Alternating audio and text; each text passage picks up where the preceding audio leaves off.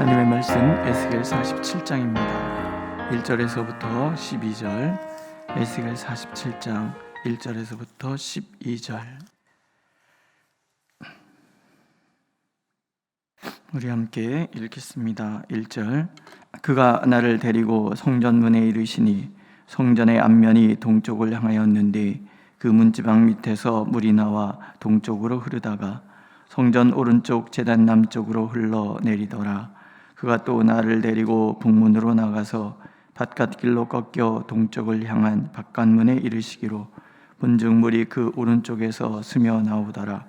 그 사람이 손에 줄을 잡고 동쪽으로 나아가며 천척을 측량한 후에 내게 그 물을 건너게 하시니 물이 발목에 오르더니 다시 천척을 측량하고 내게 물을 건너게 하시니 물이 무릎에 오르고 다시 천척을 측량하고 내게 물을 건너게 하시니 물이 허리에 오르고 다시 천척을 측량하시니 물이 내가 건너지 못할 강이 된지라. 그 물이 가득하여 헤엄칠 만한 물이요 사람이 능히 건너지 못할 강이더라. 그가 내게 이르시되 인자야 내가 이것을 보았느냐 하시고 나를 인도하여 강가로 돌아가 하시기로 내가 돌아가니 강 좌우편에 나무가 심이 많더라. 그가 내게 이르시되 이 물이 동쪽으로 향하여 흘러 아라바로 내려가서 바다에 이르리니 이 흘러내리는 물로 그 바다의 물이 되살아나리라. 이 강물이 이르는 곳마다 번성하는 모든 생물이 살고 또 고기가 심이 많으리니 이 물이 흘러 들어가므로 바닷물이 되살아나겠고 이 강이 이르는 각처에 모든 것이 살 것이며 또 이 강가에 어부가 살 것이니 엔게디에서부터 에네클라임까지 그물 치는 곳이 될 것이라. 그 고기가 각기 종류를 따라 큰 바다의 규같이 심이 많으려니와 그 진펄과 개펄은 되살아나지 못하고 소금 땅이 될 것이며 강 좌우가에는 각종 먹을 과실나무가 자라서 그 잎이 시들지 아니하며 열매가 끊이지 아니하고 달마다 새 열매를 맺으리니 그물이 성수를 통하여 나옴이라. 그 열매를 먹을 만하고 그 잎사귀는 약재료가 되리라. 아멘.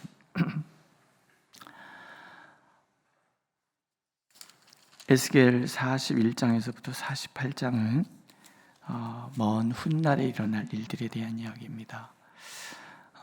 메시아 왕국이라고 얘기를 해요. 예수께서 오실 때에 어떤 일이 일어날 것인가, 그리고 예수께서 다시 재림하셨을 때 어떤 일이 일어날 것인가, 먼 미래에 대한 이야기가 나옵니다. 그 중에서 제일 중요한 건 두 가지예요. 하나는 하나님의 영광이 돌아오시는 거예요. 에스겔에서 처음 시작할 때 우리가 본 것은 하나님의 영광이 예루살렘 성전에서 나가셔서 바벨론 포로 가운데, 흩어진 자들 가운데 머무시는, 거기를 임시 처소로 삼는 거죠. 시온산, 예루살렘 성전이 있었던 그 자리, 예루살렘 성전, 거기가 하나님이 마음을 두시고 눈을 향하셨던 곳이었는데 이제 거기에서 하나님이 떠나시잖아요.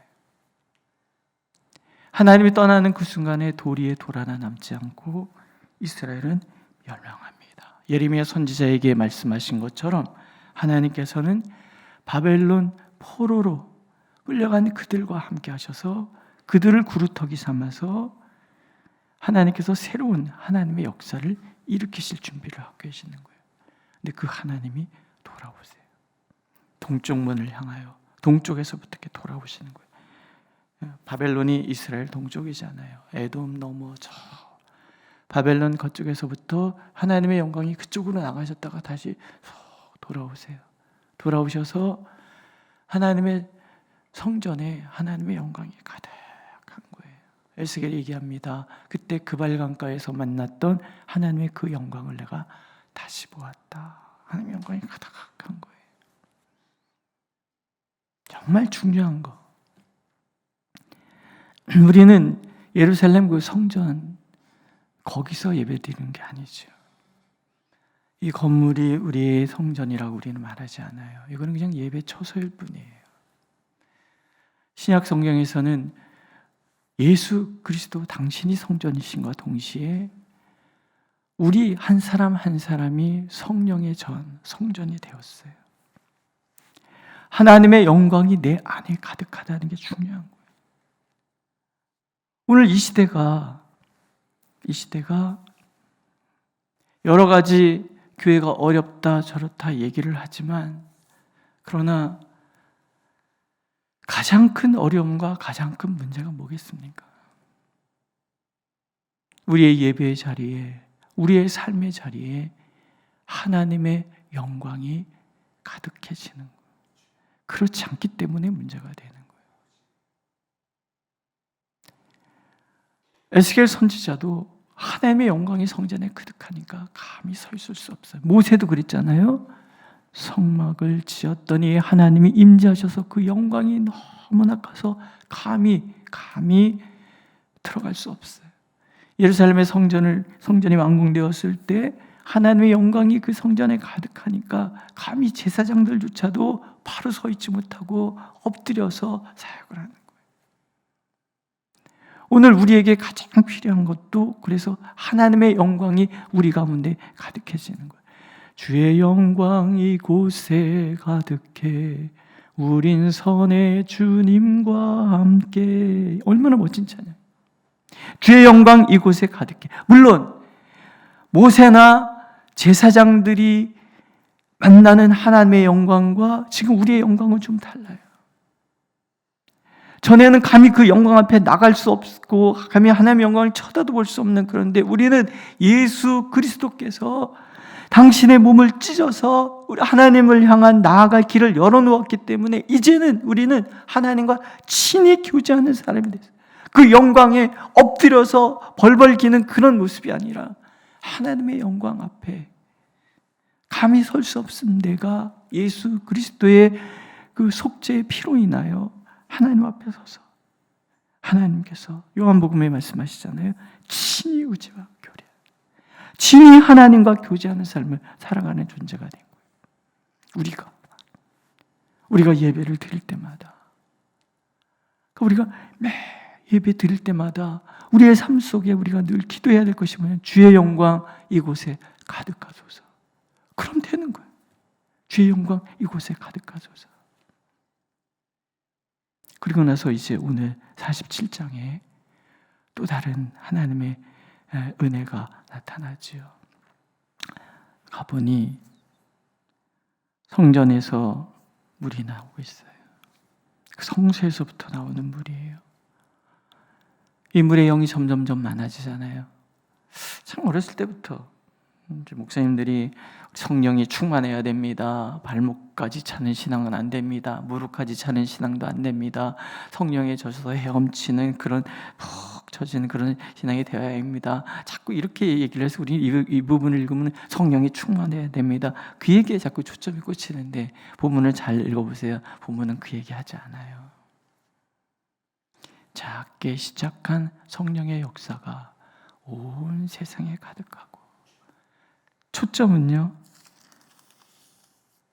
9절이에요. 이 강물이 이르는 곳마다 번성하는 모든 생물이 살고 또 고기가 심히 많으리니 이 물이 흘러 들어감으로 바닷물이 되살아나겠고 이 강이 이르는 각처의 모든 것이 살 것이다. 그래서 생수의 강인 거예요. 모든 것을 살리는 하나님의 놀라운 역사. 바닷물이 살아나고 생물이 살고 물고기가 심히 많아지고 각처의 모든 것이 살고 강가에 어부가 서고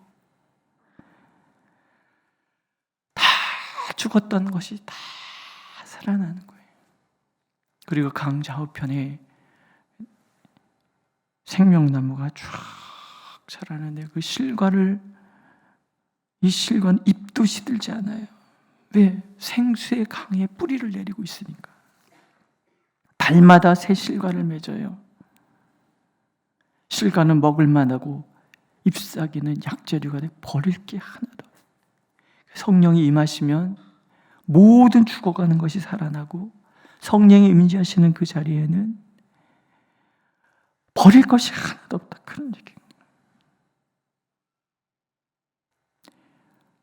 요한계시록에도 이와 같은 얘기가 나오잖아요.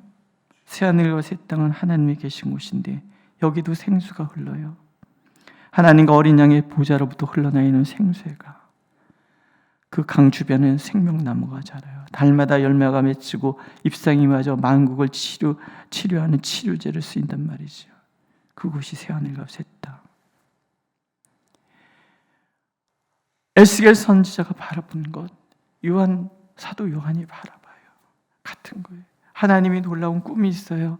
하나님께서는 성령이 임하셔서 온 세상을 살리시되 물이 바다 덮은 것이 여호와의 영광을 인정하는 것이 온 세상에 가득하고, 하나님의 통치 아래 이스라엘이나 이방인이나 모두가 나와서 함께 하나님을 찬양하는데 보좌에 앉으신 이와 어린 양께 찬송과 영광과 존귀를 돌릴지어다. 하나님이 꿈꾸시는, 거기는 사자와 어린 양이 함께 뛰놀아요. 거기는 어린아이가 독사굴에 손을 넣어도 물리지 않아요.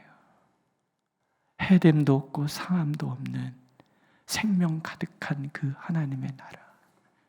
우린 지금 그 나라를 경험하고 그 나라를 향하여 나가는 거예요. 성령의 충만한 거예요. 교회란 하나님의 영광으로 임재하는 곳이어야 하고, 교회란 주님으로부터 나온 그 생명의 물이 가득하여 누구든지 어떤 성경이든지 다 살아나는. 예수께서 말씀하시죠. 누구든지 목마르거든 내게로 와서 마시라. 나를 믿는 자는 성경의 이름과 같이 그 배에서 생수의 강이 흘러나리라. 오래전에 기도를 했어요. 그때 이제 3일 금식, 매월 3일씩 금식을 하면서 하나님께 기도하던 그런 때인데, 두 번째 3일 금식을 마치고 오던 날 새벽에 무릎을 탁 꿇었는데 하나님께서 환상을 보여주시는 거예요. 미국의 어느 지점인지는 알 수 없어요. 거기에서 구름이 이렇게 피어오르더니 태풍 그 구름같이 미국 전체를 덮고, 그것이 캐나다와 알래스카와 남미와 태평양의 섬들을 향해서 구름이 확 퍼져가는 거.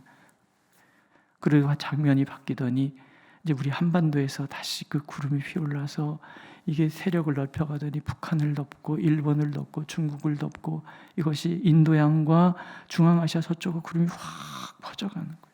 근데 장면이 바뀌어서 하얀 말을 탄 장군이 칼을 들고 앞장서 가시는데 그 뒤에 수많은 장군들이 달려나가는 거야. 요한계시록 19장에 나오는 예수님이구나, 그런 생각이 막 드는데 나가는 거예요. 온 세계가 이렇게 하나님의 영광으로 가득하구나. 그때부터 기도하고 있어요. 하나님, 이 민족의 교회가 다시금 영적 대각성 운동이 일어나고 성령에 충만하여져서 민족의 교회가 살고, 이 민족이 살고, 저 북한이 살고, 우상숭배 가득한 일본이 깨어나고 살고, 저 중국 대륙 가득 하나님의 영광이 가득하고, 그것이 저 중앙아시아 이슬람권까지, 저 유럽 저 지역까지 퍼져나가는, 그냥 제가 기도하면서 보는 환상이지만 저는 그런 시대가 오기를 늘 기도를 합니다. 우리 예언 참된 교회가 여러분들이 기도하면서, 압니까? 이곳이 바로 성영적 대각성 운동의 시발점이 되고, 평양에서 시작된 부흥운동이, 원산에서 시작된 부흥운동이 한반도 전체를 덮고, 그래서 영적 대각성 운동이 일어났던 것처럼 미국의 아주사 거리에 어떤 사람들이 모여서 기도할 때 거기가 시발점이 되어서 미 전역에, 그리고 그때 수많은 선교사들이 전 세계로 파송되는 그런 일이 일어났던 것처럼, 웨일즈 지방의 성령 부흥운동, 인도 북부 지방의 성령 부흥운동, 6년, 7년 그 시절에 일어났던 영적 대각성운동, 성령 대부흥운동이 보면은 교회사를 보면은 거의 100년에 한 번꼴로 성령 대부흥운동이 일어났어요. 21세기 들어서 아직 그런 조짐이 보이질 않습니다. 전 우리 예원 참된 교회에 하나님의 영광이 가득하고 여러분들의 삶이 하나님의 영광이 가득하고 그래서 여기서부터 시작된 기도 운동이 이 부천 지역 전역을 덮고 이 경기도와 저 북한까지 뻗어나가는 그 시발점이 되면 얼마나 좋을까 그런 생각을 합니다. 우리 교회가 숲을 이루는 교회잖아요. 그냥 숲이 되는 게 아니죠. 이사야 선지자부터 우리가 들려오는 얘기가 뭐예요? 하나님께서 광야에 못이, 연못이 들어차는 거예요. 생수의 강이 광야를 가로질러 가면서 숲이 조성되기 시작하는. 결국은 성령의 충만함 없이는 아무것도 되지 않는 거예요. 우리의 삶이 고단하고 여러 가지 어려움이 있을 때 우리가 간절히 사모해야 될 것이 내 삶 속에 성령이 충만해지기를. 예수께서 요한계시록에서 말씀하시거든요. 나는 알파와 오메가여 처음과 마지막이라.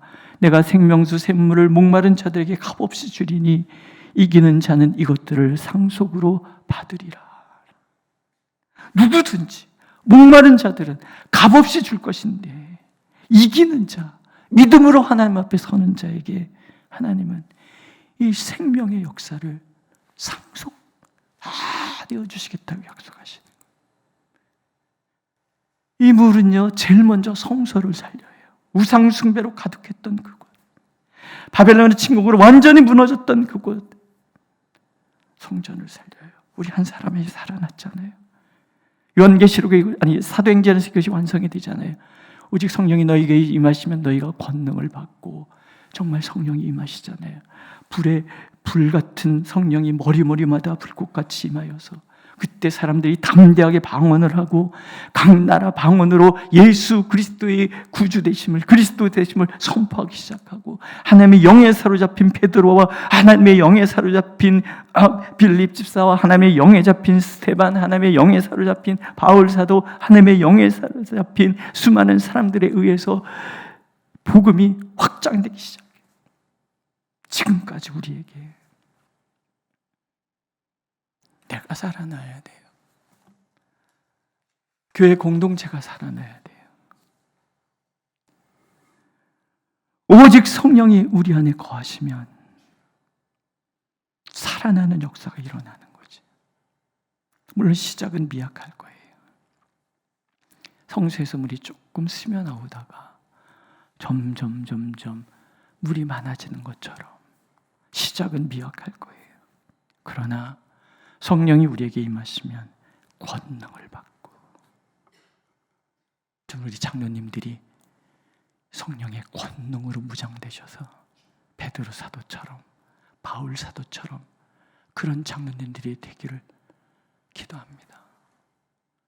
사도행전 20장에 에베소 장로들에게 바울 사도가 마지막으로 당부하잖아요.